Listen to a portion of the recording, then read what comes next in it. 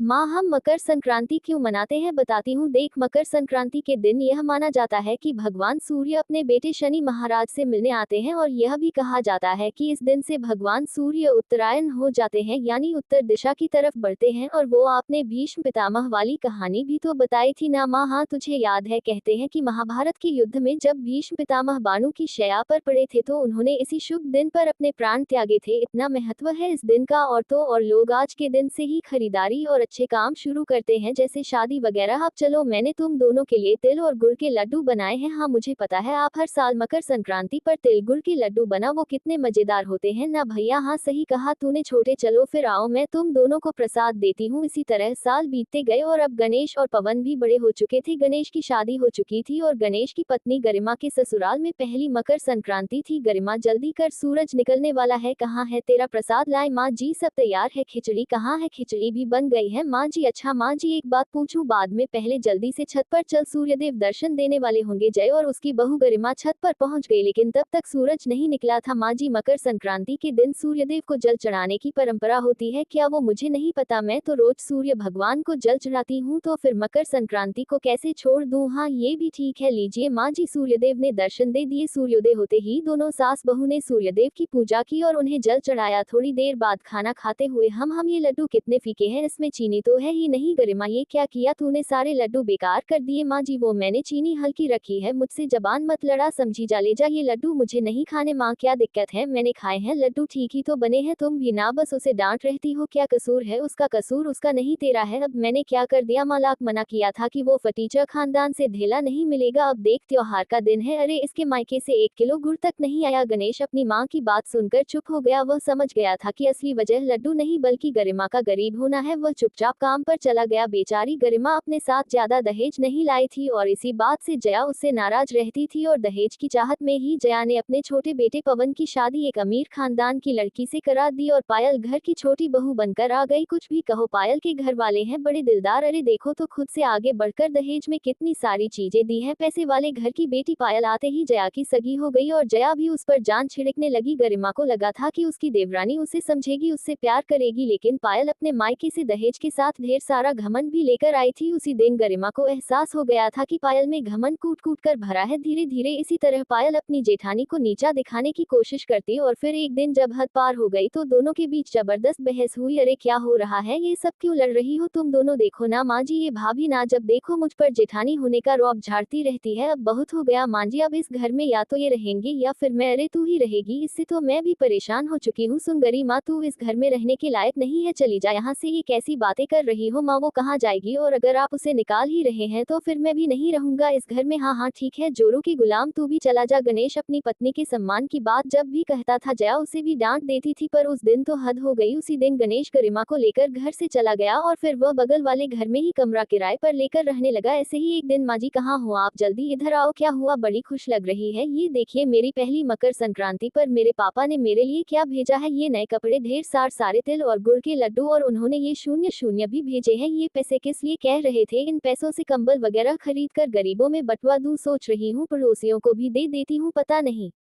बेचारे के पास इस ठंड से बचने के लिए कंबल भी है कि नहीं। ये बात सच थी, गणेश की तनख्वाह बहुत ज्यादा नहीं थी, ऊपर से अब तो उसे कमरे का किराया भी देना पड़ रहा था। अगर मेरी पगार अच्छी होती तो तुम्हें इस तरह अपमानित न होना पड़ता। नहीं, इसमें आपकी कोई गलती नहीं है। अगर मेरे पर परिवार वाले भी पैसे वाले होते तो शायद आज हम भी अपने घर में रह रहे होते। खैर सुनिए, ये तिल और गुड़ के लड्डू हैं और मैंने ना के ढेर सारे दस्ताने खरीद लिए, जो भी गरीब आएंगे उन्हें बांट दूंगी। कंबल तो बहुत महंगे पड़ रहे थे। एक तरफ गरिमा और गणेश सच्चे दिल से दान धर्म की सोच रहे थे, तो दूसरी तरफ आप देखना माँ जी, इतना दान दूंगी कि सारे भिखारी हमारे घर आएंगे। अरे फिर वो भिखार भी देखती रह जाएगी। मकर संक्रांति का दिन आ गया। जया और पायल अपने घर से बाहर निकली। उन्होंने घर के बाहर एक बड़ी सी टेबल लगवाई जिसमें ढेर सारी कंबल, बढ़िया कपड़े और मिठाइयाँ रखी थी। उधर गरिमा और गणेश भी अपने घर से बाहर निकले। उनके पास एक थाली में गुड़, तिल के लड्डू और कुछ दस्ताने थे जो वह गरीबों को देना चाहते थे। तभी देख रही है माँ जी, अब तो खुद भिखारी अपने जैसे भिखारियों को दान देने के लिए आए हैं। पायल की बात गरिमा और गणेश दोनों ने सुन ली, लेकिन वह कुछ नहीं बोले। तभी वहां काफी सारे भिखारी आ गए। उन्होंने जैसे ही देखा कि पायल तो बहुत दान देने वाली है, वह सारे भिखारी पायल के घर के बाहर लाइन लगाकर खड़े हो गए। ये देखकर पायल जोर जोर से हंसने लगी। माज लगता है इन अपने लड्डू खुद ही खाने पड़ेंगे, अब तो कौन जाएगा इनके पास। जब यहाँ काजू कतली चमचम रसगुल्ले रखे पायल घमंड से इतरा रही थी कि तभी वहाँ एक साधु बाबा आए। उनके चेहरे पर गजब का तेज था। प्रणाम साधु बाबा। खुश रहो बच्चों। बाबा के इतना कहते ही सूरज निकल आया और चारों तरफ प्रकाश हो गया। पायल और उधर गरिमा ने सूरज देवता को जल चढ़ाया, लेकिन जैसे ही पायल ने जल चढ़ाया, सूरज की किरणों की वजह से उसका सारा सामान जलने लगा। कंबल और कपड़ों में आग लग गई। उधर सूरज की किरणों के पड़ते ही गरिमा का सोने का बन गया। ये देखकर हर कोई हैरान था। तभी लाओ बच्ची बाबा को मकर संक्रांति का प्रसाद दो। गरिमा और गणेश ने देखा साधु बाबा के माथे पर सूर्य का निशान था और उनसे सूर्य जैसा ही प्रकाश निकल रहा था। गणेश और गरिमा को समझते देर नहीं लगी। तुम्हारी पूजा सफल हुई। ये सारे सोने के पात्र मेरी तरफ से तुम्हारे लिए उपहार है, इन्हें बेचकर तुम गरीबों की मदद करना। सूर्यदेव की बात सुनकर पायल भागी भागी आए और बोली, और मेरा उपहार भगवान, मैं भी तो दान देने के लिए खड़ी थी, पर आपने तो मेरा सारा सामान जला दिया। दान देने और दिखावे में अंतर होता है। इससे पहले कि मेरी दृष्टि से तुम और तुम्हारी लालची सांस भस्म हो जाए, चले जाओ यहाँ से और आगे से फिर कभी पूजा की जगह ढूंढ मत करना। अब जाकर उन्हें अच्छा सबक मिल चुका था। एक समय की बात है, शांति नाम की एक औरत अपनी सास और पति के साथ रहती थी। शांति बहुत ही कंजूस स्वभाव की थी। वह द्वार पर आने वाले किसी भी गरीब, बेसहारा या मांगने वाले को कभी भी कोई दान पुण्य नहीं किया करती थी। शांति के साथ जानकी उसे कई बार दान पुण्य करने के लिए कहती या खुद से करने की कोशिश करती तो शांति उस पर भड़क जाती थी। ये लो अम्मा, थोड़ा सा आटा रख लो, खुश रहो, परिवार में सुख समृद्धि का वास हो। अरे अरे अरे, जब तुम्हें ही घर में भरा आटा दान में दे देंगी तो हमारे घर में कौन सी सुख समृद्धि का वास होगा। माँ जी, आपको कितनी बार समझाया है, ऐसे राह चलते भिखारियों को घर के आटा, चीनी, चावल और अनाज मत बांटा करो, नहीं तो एक दिन हमारे घर के भंडार खाली हो जाएंगे। बेटी, एक कटोरी आटा देने से भला तुम्हारे घर का क्या भंडार खाली होगा। तुम्हारी सास तो बहुत ही पुण्य का काम कर रही है, हमें नहीं कमाने कोई पुण्य। खबरदार माँ जी, आज के बाद अगर आपने मेरे से बिना पूछे किसी को कुछ भी दिया तो मुझसे बुरा कोई नहीं होगा। यह नहीं है कि आपका बेटा पूरा दिन मेहनत करके कमाता है और आप उसे गरीबों में बांट कर उड़ाती रहो। महीने भर बाद यही मेरे से पूछेंगे कि राशन इतनी जल्दी खत्म कैसे हो गया, फिर मैंने क्या जवाब दूंगी। आप तो पीछे हट जाओगी। बहू, आज एकादशी का दिन है, इसलिए दान करना बहुत अच्छा होता है, और फिर ज्यादा नहीं, मैंने तो बस थोड़ा सा आटा ही दान में दिया। वही मैं कह रही हूँ, आपसे यह नहीं चलेगा। कोई ये दान पुण्य करने से महल नहीं खड़े हो जाएंगे। शांति की सास कुछ नहीं बोल पाती। वह बुजुर्ग तो अपने बेटा बहू के सहारे अपने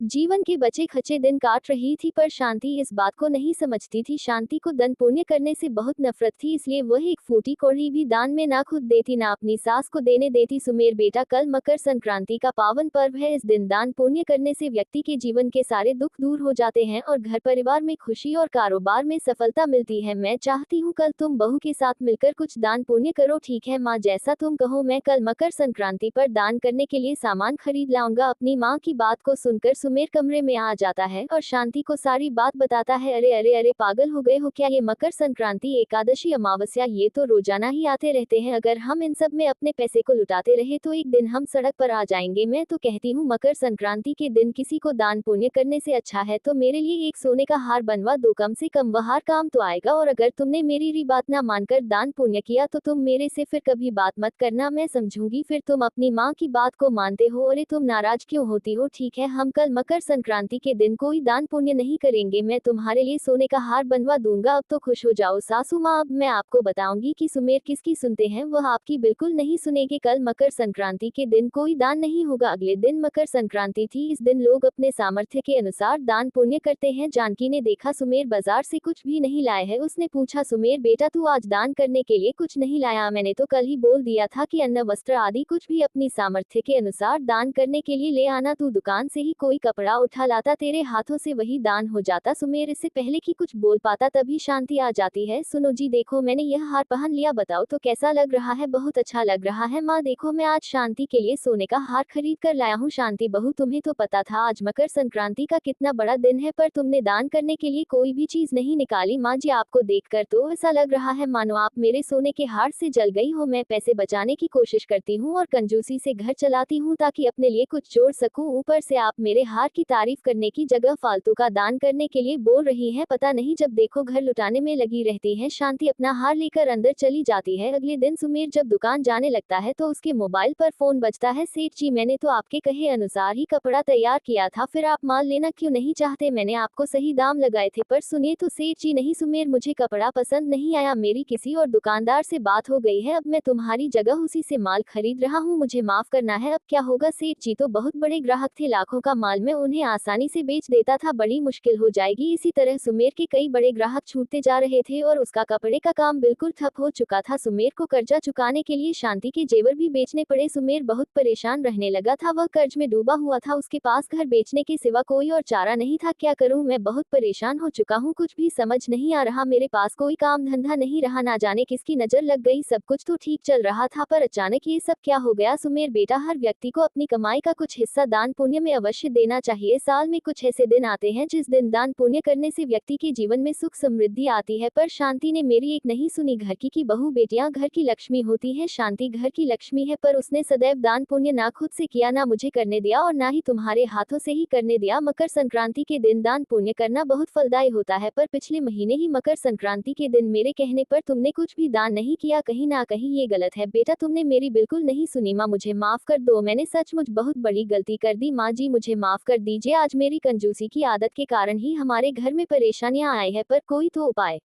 होगा जिससे सब कुछ फिर से ठीक हो सके। बहू, अपने कष्टों से छुटकारा पाने के लिए केवल एक उपाय जो सबसे सरल है, वह है गरीबों में सामर्थ्य अनुसार दान पुण्य करना, भूखों को भोजन कराना, पशु पक्षियों को अनाज और चारा डालना, प्यासे को पानी पिलाना और सभी जरूरतमंद लोगों की सेवा करना। अगर मनुष्य ये सब सेवा कर्म करे तो उसके जीवन के सारे कष्ट दूर हो जाते हैं और भगवान की कृपा से घर में सुख समृद्धि का वास होता है। माँ जी, मैं वादा करती हूँ, अब मैं और सुमेर आपके साथ मिलकर गरीबों में दान पुण्य करेंगी, व्रत पूजन करूंगी और सदैव अच्छे कर्म करूंगी, कभी भी कंजूसी नहीं करूंगी। शांति अपने सामर्थ्य के अनुसार अपनी सास के कहने पर दान पुण्य करना आरंभ करती है। धीरे धीरे सुमेर का काम फिर से ठीक होने लगता है, उसे कपड़े का ऑर्डर मिलने लगता है, उसके ग्राहक फिर से लौट आते हैं और घर में फिर से सुख समृद्धि का वास होने लगता है। और एक साल बाद जब मकर संक्रांति का दिन आता है तो शांति अपने पति और सास के साथ मिलकर मंदिर में पूजा करती है, दान पुण्य करती है। ऐसे ही उसके अच्छे कर्मों के कारण उसके जीवन की सारी परेशानियां दूर हो जाती हैं और उसके घर में सुख समृद्धि का वास होता है।